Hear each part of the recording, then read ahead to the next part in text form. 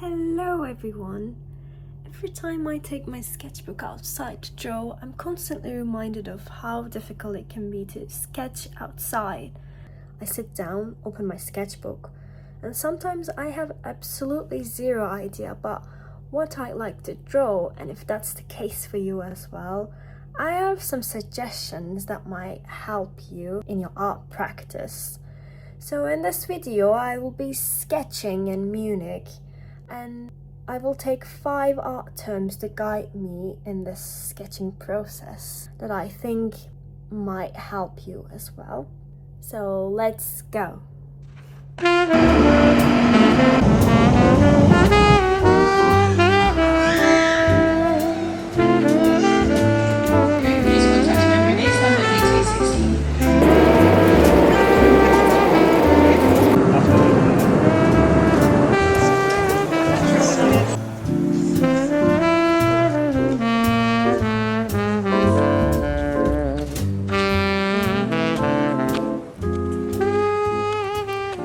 First term is texture.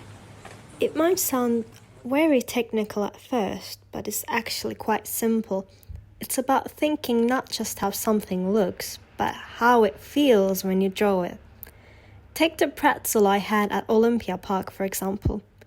Crunchy, shiny on the outside, but softer on the inside.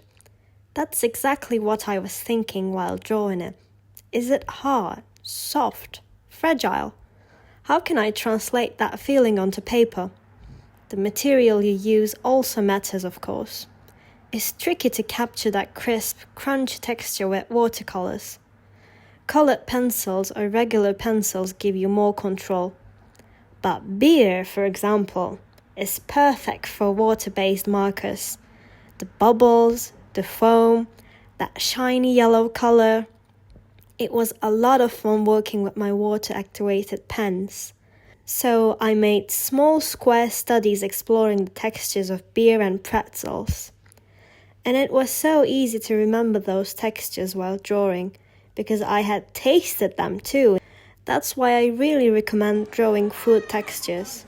Since you already know how they feel, it becomes easier to express that feeling on paper. This kind of texture study also trains your eye. Whether you're drawing stone, fabric or hair, you'll find it easier to get started. Because now you're not only thinking, what does it look like, but also, what does it feel like? Kids are amazing at this, by the way.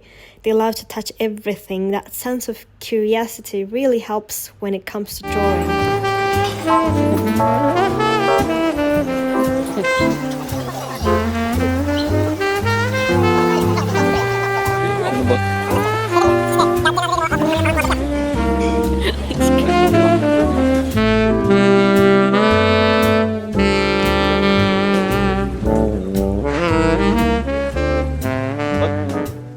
Our second term is space. Space doesn't just mean the areas that you don't draw. Sometimes it's a part that says the most. I was thinking about this while walking through the English Gardens. It's one of the largest urban parks in Europe, and it was designed in the 18th century to be open to public. At its center stands a small temple, the Monopteros, built in the style of ancient Greece. The reason such a structure exists in Germany is because of the fascination with classical architecture at the time.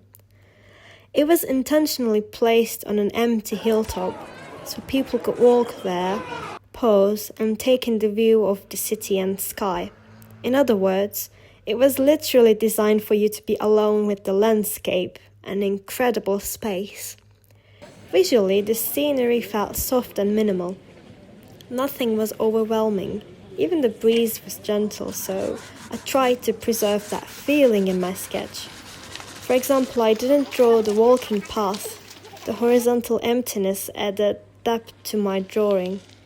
And the blank space in the sky helped light the Monopteros. We don't need to fill every area of a sketch. Space is the quietest, yet most powerful part of a composition. It gives your eye room to breathe and help the mood come through more clearly. This is super helpful in illustration, book cover design, or poster work, because space isn't a missing element, it's a guiding tool. I'm a children's book illustrator myself, and I thought about this a lot while working on my own book. If I hadn't balanced the empty areas well, the text would have disappeared and the drawings would have lost impact. We need space just as much as we need fullness.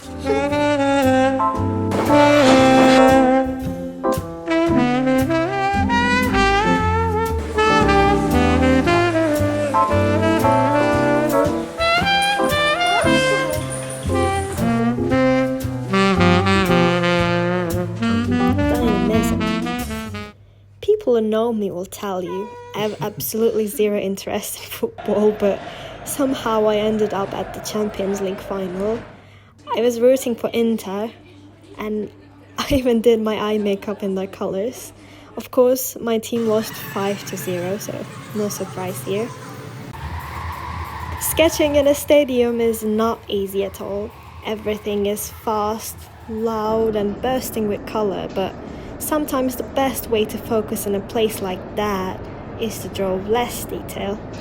In a scene dominated by red and green, I try to capture the energy using just a few colours and big shapes. There are no details in the drawing, no figures, but there's movement, sound, and rhythm. The dynamism isn't just about what you draw, it's about how you draw things. A faster flowing ink, a looser hand, more expressive brush strokes, all of these bring motion into your sketch. Sometimes it's better to be intentionally messy rather than overly precise. In fact, when drawing fast-paced scenes, you're usually not drawing what you see, you're drawing what you remember. So your sketches end up being simpler but more impactful. Dynamism is like a collaboration between observation and memory. You catch it quickly, hold it in your mind, and reinterpret it. So, how does a sketch like this help me later on? Well, we can't always draw everything in full detail, but if we can capture the energy of a moment, the drawing becomes much more powerful. Action scenes, concerts, sports events, they all help train your visual instincts. And most importantly, it boosts your speed and confidence. When you're sketching in a big crowd, you start thinking to yourself, maybe I'm the first person ever to sketch the Champions League final. Wow, I'm such a special human being and stuff like that. And it really strokes your artist ego.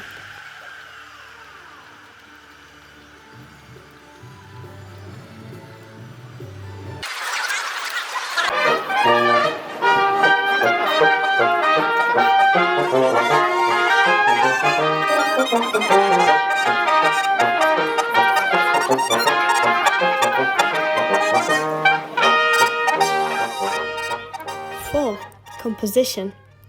Composition basically means setting up your own scene, like choosing a frame in a film. Even when people look at the same view, they can all see something different. One person might focus on a building, another on the sky, or just a crowd. When you're drawing, you decide. What do I want to show in this scene? That's exactly what I thought about at Marienplatz. I was standing right in the heart of Munich.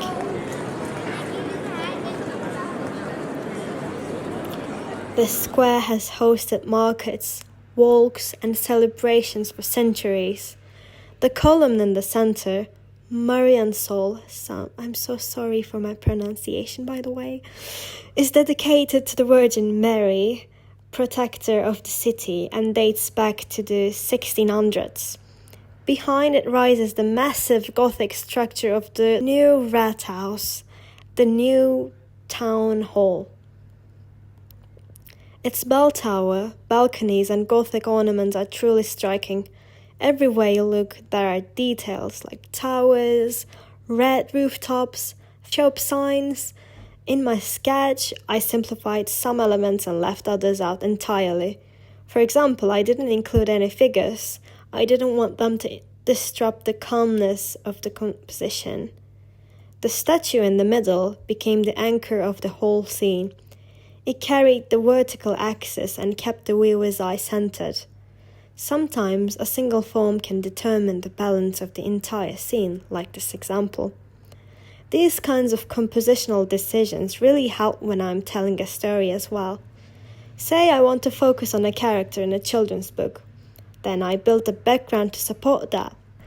Or if I want the attention to go to the title on a poster, I place the empty spaces, line directions, and colors to guide the eye. So basically, composition is like the secret director of the story, just like in a film. Will the camera shoot from above? How close will it be to the character? Which image comes first in the scene? All of these choices affect the emotion and meaning of the story. And you're doing the same thing on a single page. Are you placing your character in the center or pulling them to the side? Are you giving space to the sky or filling the page with figures? Composition decides where the viewer looks first and where their eye moves next. That means you're in control of the story's pace, feeling and focus.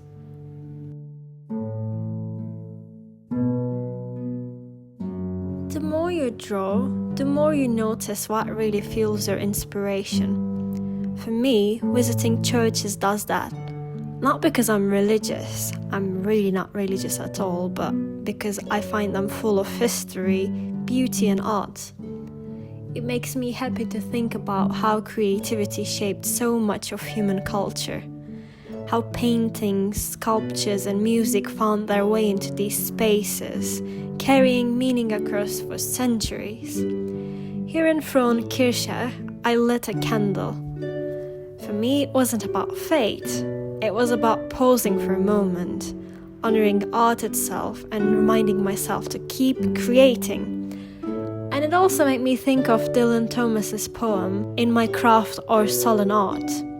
He says he doesn't write for fame or fortune, but for the common wages of the most secret heart. I love that line, because that's what sketching and painting feels like to me. You're not doing it for applause. You're doing it in the hope that it touches someone quietly, even for just a second.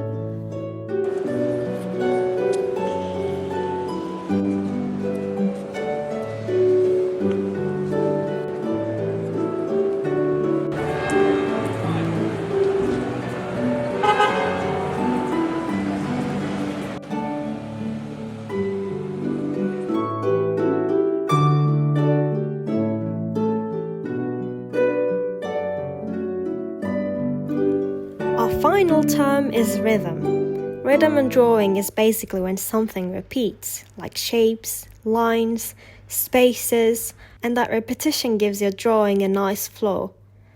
And that's exactly what I noticed at the Munich residence.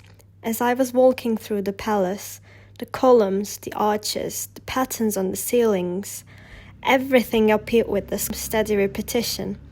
Once I saw that pattern, my hand started to follow it too, like I was drawing to a rhythm, almost like sketching in time with music. The Munich residence was a royal palace of Bavarian kings.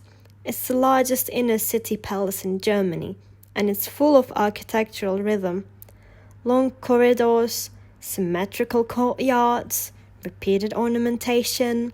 It's very rich and decorative, but also controlled and structured. That's what rhythm does in a drawing. It gives structure, but it doesn't feel stiff. It gives balance without being boring. So why is rhythm helpful in sketching? Because it guides the viewer's eye. The eye loves repetition. It naturally follows patterns like footsteps echoing in a hallway.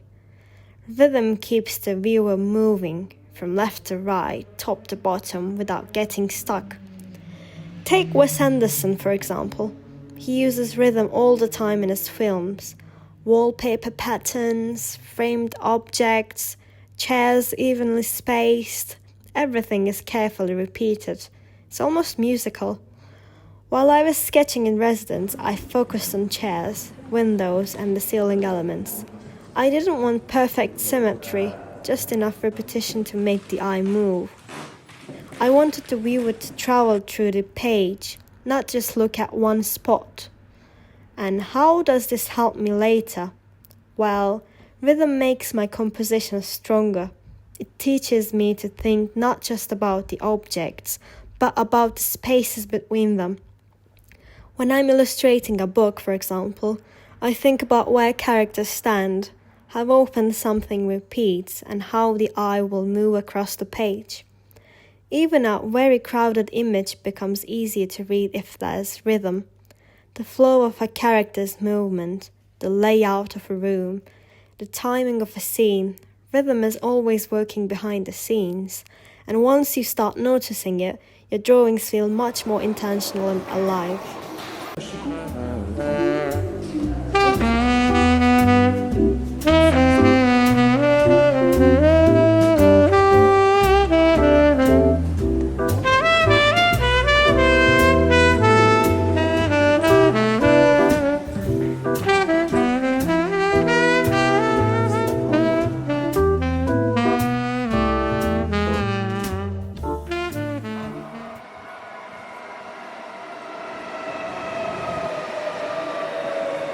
So today, while exploring Munich, we also looked at how we can improve our practice, but without getting lost in technical terms, but instead through everyday experiences.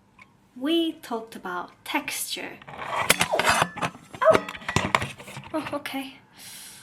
So, drawing as if you're touching something, and how food can be surprisingly helpful for learning. And I'm currently craving for some pretzels and some beer. We talked about space. You don't have to fill every single inch, and sometimes the empty parts are where your drawing truly breathes. Look at that, I think this is my favorite. We talked about composition, how to choose what to show, where to focus, and build a scene with intention. We talked about rhythm. We noticed how the eye moves across the page and how repeated patterns create a sense of structure. And finally, we talked about dynamism. How in a fast-paced setting, it's not about details, but about capturing the energy instead. Look at that, I'm quite proud of this one as well. Yeah! So, we did all of this in a real city, walking, sitting, observing with our eyes, and I always have this sketchbook with me everywhere I go now, and I hope I've encouraged you to pick your own sketchbook and head outside. It doesn't matter where you go, it doesn't have to be anywhere special. It can be while you're in a cafe, while you're, I don't know, in a park. What matters isn't just looking, it's really seeing and telling the version of what you see, and that's what truly matters. And if you made it this far, thank you so much for watching my first video ever. Don't forget to subscribe and share your sketches with me. So see you in the next video, hopefully in another city and with some other drawings. Bye bye!